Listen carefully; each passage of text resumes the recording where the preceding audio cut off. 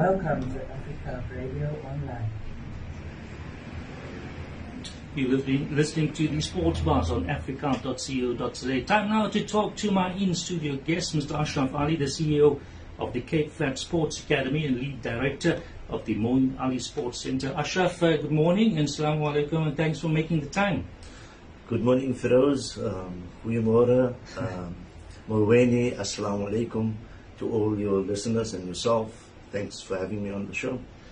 It's exciting times. I know your heart is there in the community and just want to do the best for the community. Before we talk about that Moeen Ali Sports Centre, I think everything is all around the Moeen Ali Sports Centre.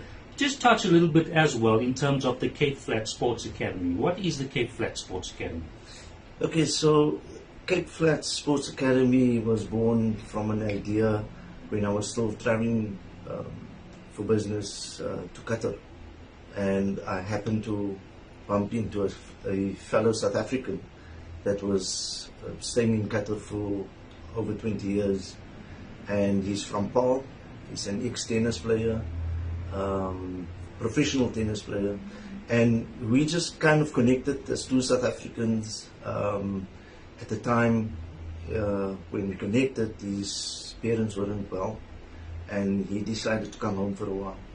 And then myself and another colleague, Raven Seals, took him to some football matches. And he was astounded because being out of the country for so long, he was just amazed by the talent on the Cape Flats. And that's where the name just was stuck. Born. Yeah. It stuck.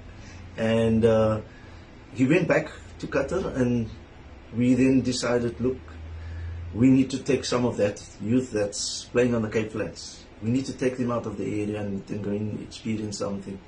And as you know, we hosted the 2010 World Cup. Everybody wanted to make that a success. And then when Qatar was nominated to host, we felt, being in Qatar, myself traveling there quite a bit, why don't we take a few youth over to Qatar at the time, because they hosted the 2022 World Cup.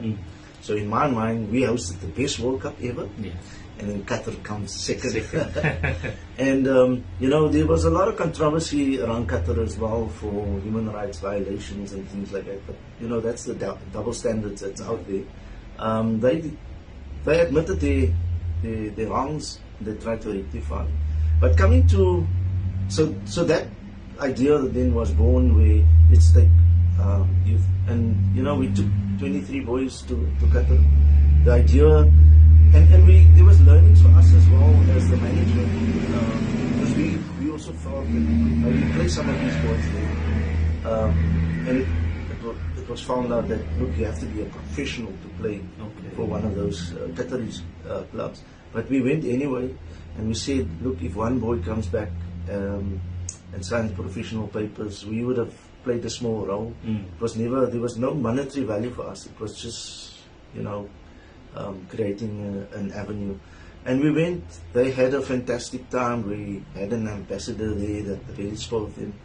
And we did quite well on the tour.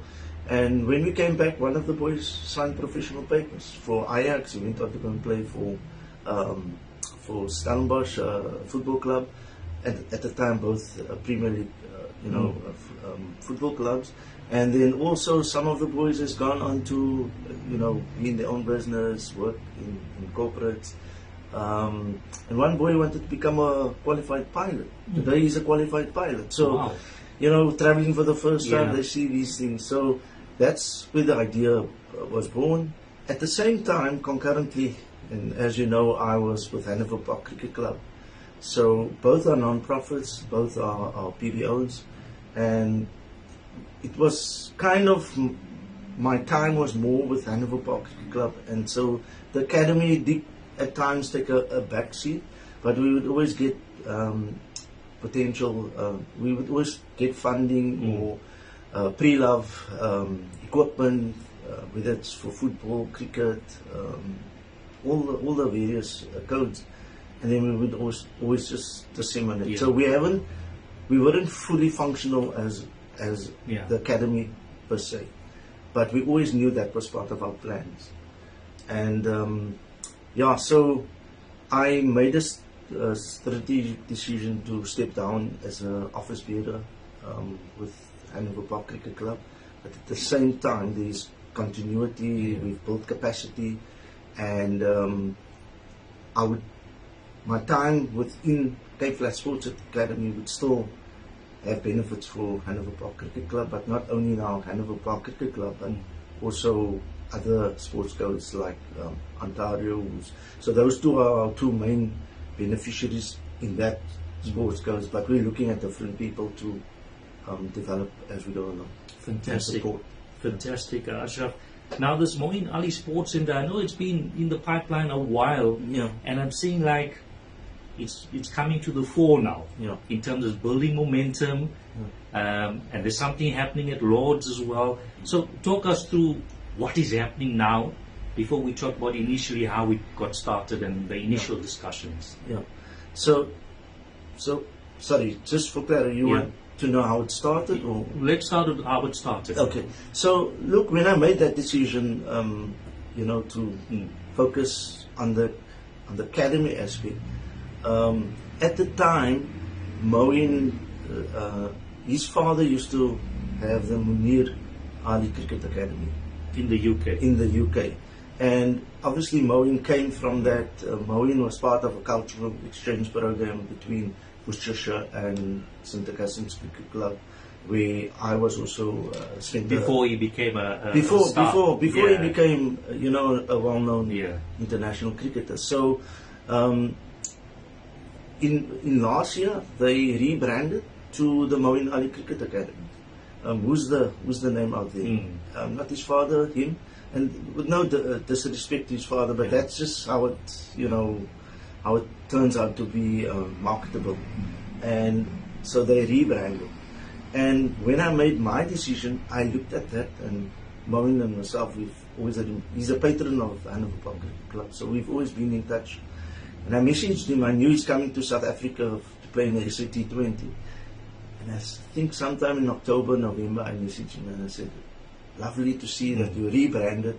How about we run the Moeen Ali Cricket Academy Cape Town? And give us the mandate as Cape Flats Sports Academy. He loved the idea. He said, look, let's talk when I'm there. He obviously came. We met in January. We spoke over a meal around how we can do this. Shook hands, formalized it, and we're ready to obviously start implementing. And obviously it is about using his methodologies, his strategic ways of how he became a successful cricketer. So the idea is over the next few months, the next year or so, is to have coach the coaches, bring some coaches from the UK, and obviously Moeen himself will have to give up his time, and then we'll implement that. And I said to him, Moeen, at this point in time, we don't have a facility. We're going to have to, identify where we're going to do this coaching, but we have to consider building our own facility. And he understood it in that context. So both Hanover Park Cricket Club and the Academy is connected to a group of different NGOs, MPOs, and there's one organization called Uthando SA. Uthando SA is basically a tourism company, but the owner, the co-founder and his team, they do amazing work, and they support the communities in various communities, Kaich, Delft, Hanover Park, Manenberg, Heidelberg, and they just have an amazing program where tourists, besides the 5 big attractions, those are also places where they take tourists, and tourists just fall in love. And through this journey, James stumbled upon another organization that's building facilities with recycled waste and rubbish, and I can talk about that as we go along. And so the connection is also that it's not just about Cape Flats Sports Academy and those that's under us. It's also about other organizations that is part of this network. And there's a word that we hope to get into the English dictionary called, we are called Lovenaires. Lovenaires. So after this, I'll sign you up as a Lovenaire. And it's just an amazing group of individuals and organizations that wants to do good. You know, we can see what's happening globally. There's a lot of hatred, and there's a lot of greed, there's a lot of many things that we shouldn't be seeing in our own country. You know, we can't distinguish between what's a real genocide and not a genocide. And so we want to change that dynamic. And despite all the negatives, we know there's many negatives in our own country.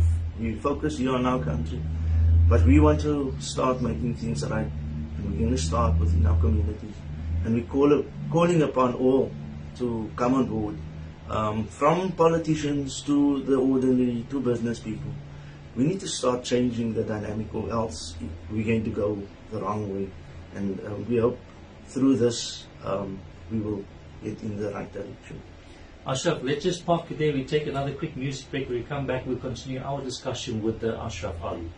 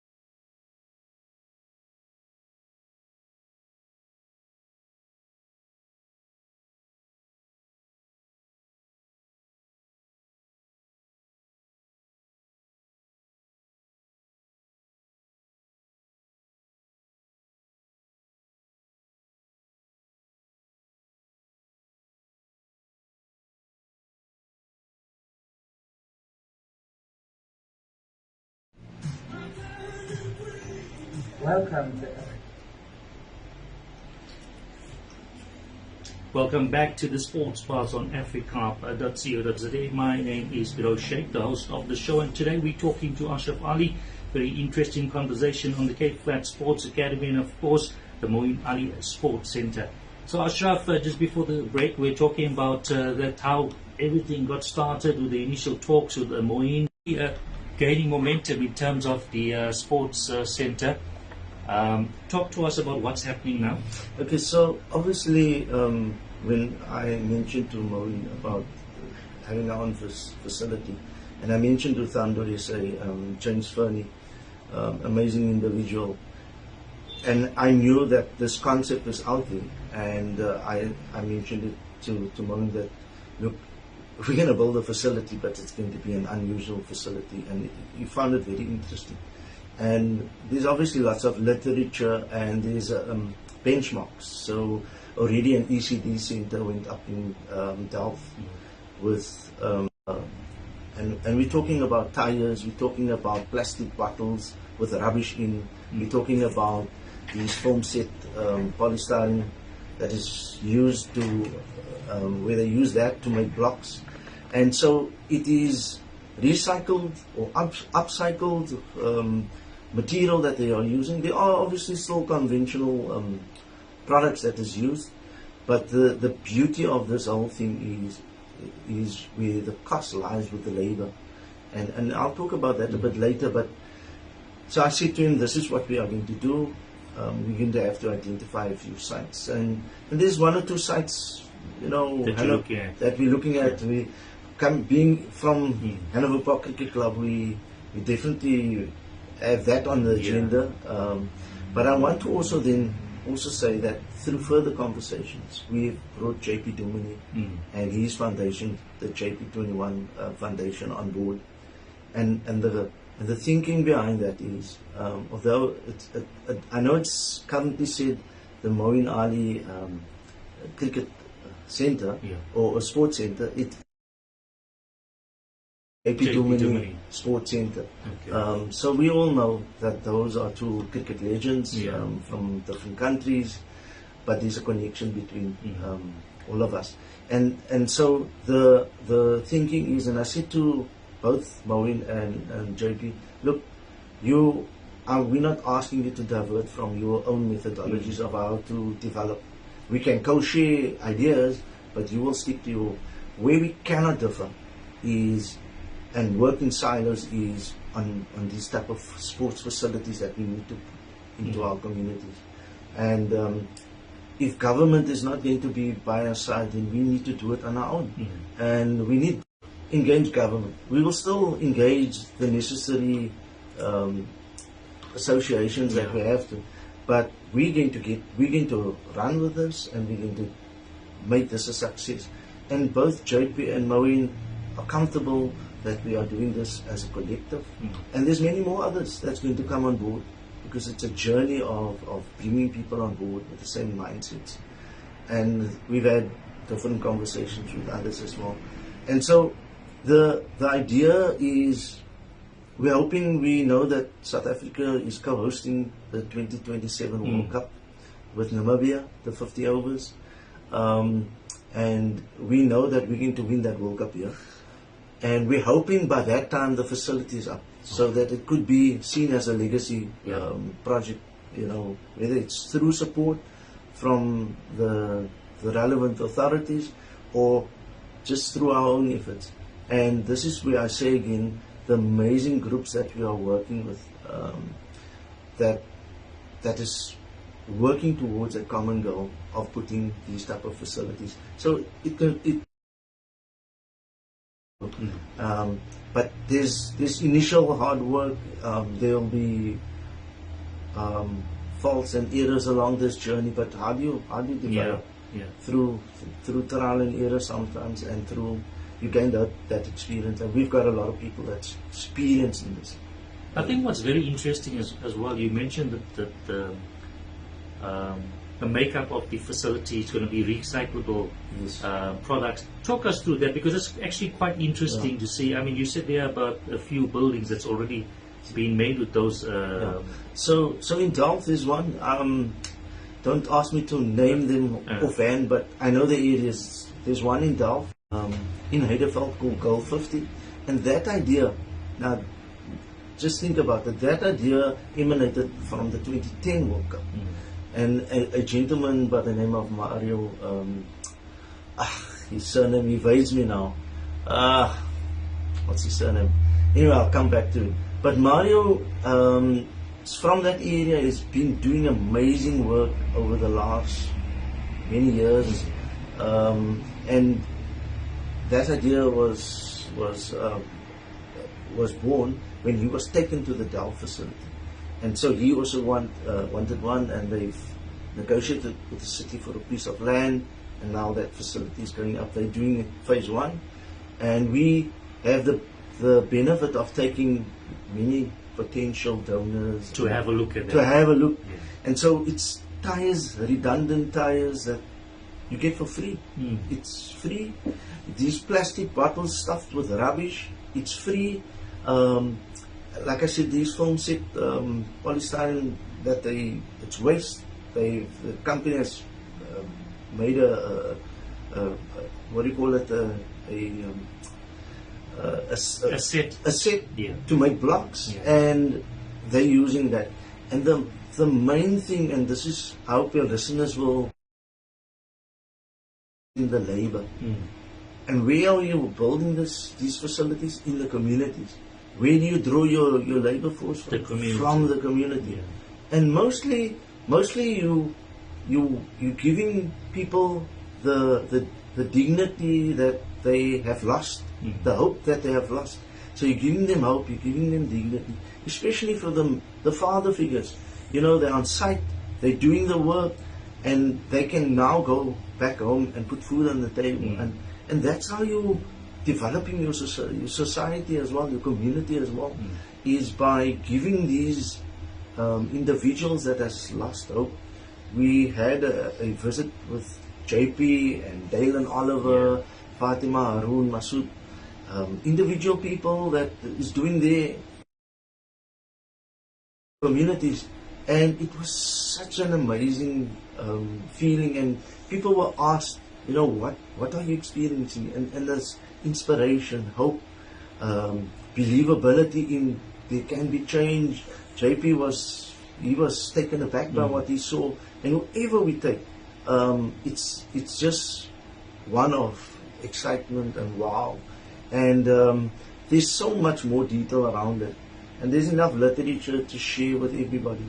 But the main point I come across again is this, where the labor cost is changing that community. And at the end of the day, once a facility is up, it needs to be maintained, it needs to be run. And some of those workers, they can be taken out to other sites, because they can be a foreman on the site, be a manager on the site. Because they would have had the experience. They're gaining the experience, and I had someone, a potential investor, donor, come Thursday, and he says, I want to build one in Gauteng, I want to build one in Durban, and he wants to bring this person and that person on board. So now you can start seeing that there's going to be traction. But our main focus is get this one up and running. The sports, and it will be the biggest sports indoor center in the world, built from recycled and upcycled material. Wow, that's fantastic. Yeah, it's a game changer. Absolutely. Now, obviously, you guys have to raise funds and all of that for those things, but you're obviously planning. Is this your first big fundraiser that you guys are planning? That we did 2 tours, one with Cape Flats Sports Academy and one with Hanover Cricket Club. And both tours we did with no money, and with both tours we operate on a 11th hour mandate. So I don't know if it's just the craziness in myself and the team. We knew that what we are trying to achieve with this one is also an 11th hour mandate. Now we know that South Africa is playing Australia in the 5-day Yeah, World the Cup. WTC final. Yes, the WTC Lords. final. So when I saw that, I said to Mo, JP was obviously not yet in the conversation. I said to Mo, we need to ride off this wave. I'm going to see if I can get the MCC to let us host on the 8th or the 9th of June, with the thinking, the coach is there with his team, we're going to have a gala dinner, they have to be free at some point. Stage. Come and join us at this gala dinner, understand what we're trying to achieve, help endorse it, you can support it with your own finances or whatever, but just bring it to their attention as well, what we're trying to achieve. Unfortunately, ICC has their rules, no events before a major event, and then we had to settle on the 18th of June. Which is after. So the test starts on the 11th till the 15th, there's a spare day on the 16th. And unfortunately, I think a little birdie has told me, I think the Proteas team flies back on the 17th. Okay. So we're going to miss them. But I'm hoping they're flying back with the mace, because we're going to win it. Yeah, absolutely. So I've actually, my colleague and myself, we're actually leaving on the 9th. So we land there on the 10th. So we'll be attending the broader team and all the organizations. We're bringing the mace home. So I hope Shukri and the team listens, that we will be there. We'll be bringing it home. Yeah, as fellow South Africans, we are there to support them, and absolutely all the best to them. I firmly believe we're going to bring it home. Of course, why not? And how's that preparations going for so, that? It's taking place at Lords. So it's taking place at Lords. So when I put this to Moeen, he said, look, I'm a member. So I'm a member. It makes it easier. It makes it easier. And look, at the time he was playing in the IPL, so he's given me and the organization a full mandate to run with it. Obviously, we will do things with the necessary care, and I then had carte blanche to engage with the MCC. I made contact with him, and I said, look, obviously those dates were kicked out, and they've given us that, and they've been amazing. They know that we are non-profit, a PBO, and what we're trying to achieve. They know that, why we're raising the funds, and so they've been very, very acceptable in what we are trying to achieve. And now we can plan. So we still have to raise the funds to meet our obligations, and we've got our timelines, and it's going according to plan as we speak, but we still have to tick a few boxes, and so we've engaged far and wide. They've given us a fantastic support in terms of the funding, in terms of the advice and things like that, and being Lords and the famous long room, there's certain policies and regulations that we have to adhere. Lots of rules and regulations. Lots of them, and it's a learning curve. And I said to the team, look, if we pull this off, it's a point for us to just imagine if we have a year to plan the next one, and the next one, and the next one, because it is an inaugural. And the idea is, obviously, like we trying to implement with Hanover Park Cricket Club, is to become self-sustainable. So once we have the facility up, it will become a functional facility where you obviously going to use it for youth development, but you can also hire it out to organizations that will, and even international cricketers, international teams that's going to come here. We want them to come and use that facility, and absolutely, and then support us in many other ways as well. So the 18th is so from tomorrow will be a month to go. From tomorrow is a month to go, then the real countdown. And we've had some great conversations in this past week. We met with the deputy mayor, who's endorsed the project. We've extended a personal invite for him to join us. So we're still in discussions with him, and if he does join us, because it's sports, so we've got JP, we've got Moeen, that's cricket. He's an ex-international rugby player in his own right, and so we hope that if that comes to fruition, that he can be part of the panel We will have a Q&A with Chris Cowdery. And the amazing thing, Chris Cowdery, through my interactions now, I did not realize he actually played here in Cape Town as well for Avondale Cricket Club. Really? At the time, Bob Homer, Peter Kirsten, Omar Henry. So he knows our history. And, you know, obviously the Basil, the story and all that. And so the whole concept of, you know, it's not just, it is a South African. The cultural exchange program can benefit those in the UK as well. Whoever Moeen develops from his academy, there could be an exchange program. Yeah. Some of them can play in our club structure and vice versa. So we building towards that type of thinking.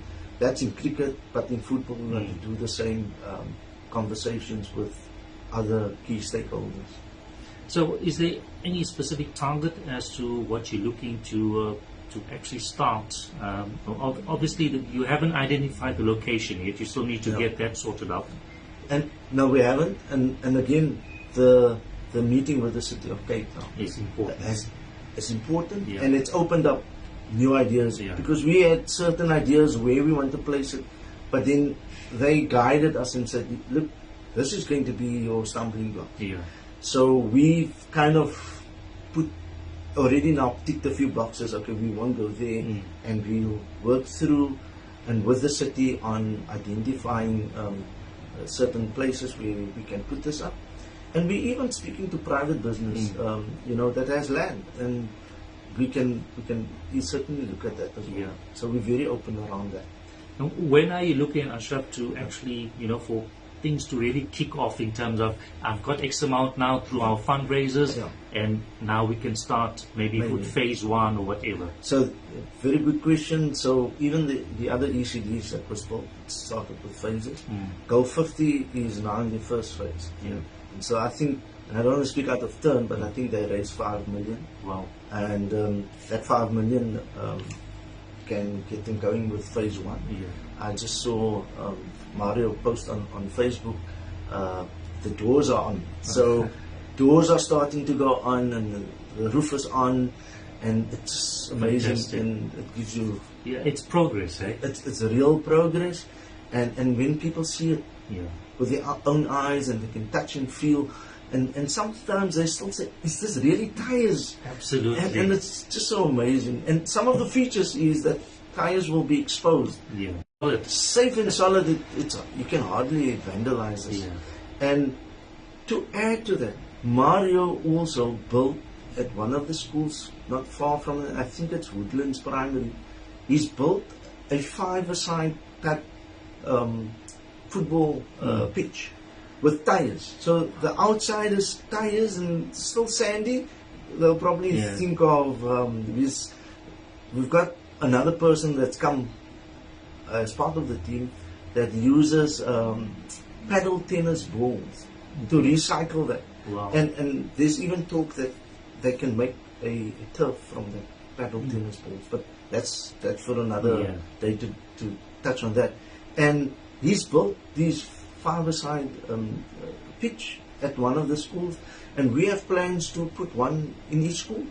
It should be, and hopefully again years where we want government, especially local government, to come on board, and the education department to buy into the concept. Fantastic. Ashraf Allie, shukran for coming through.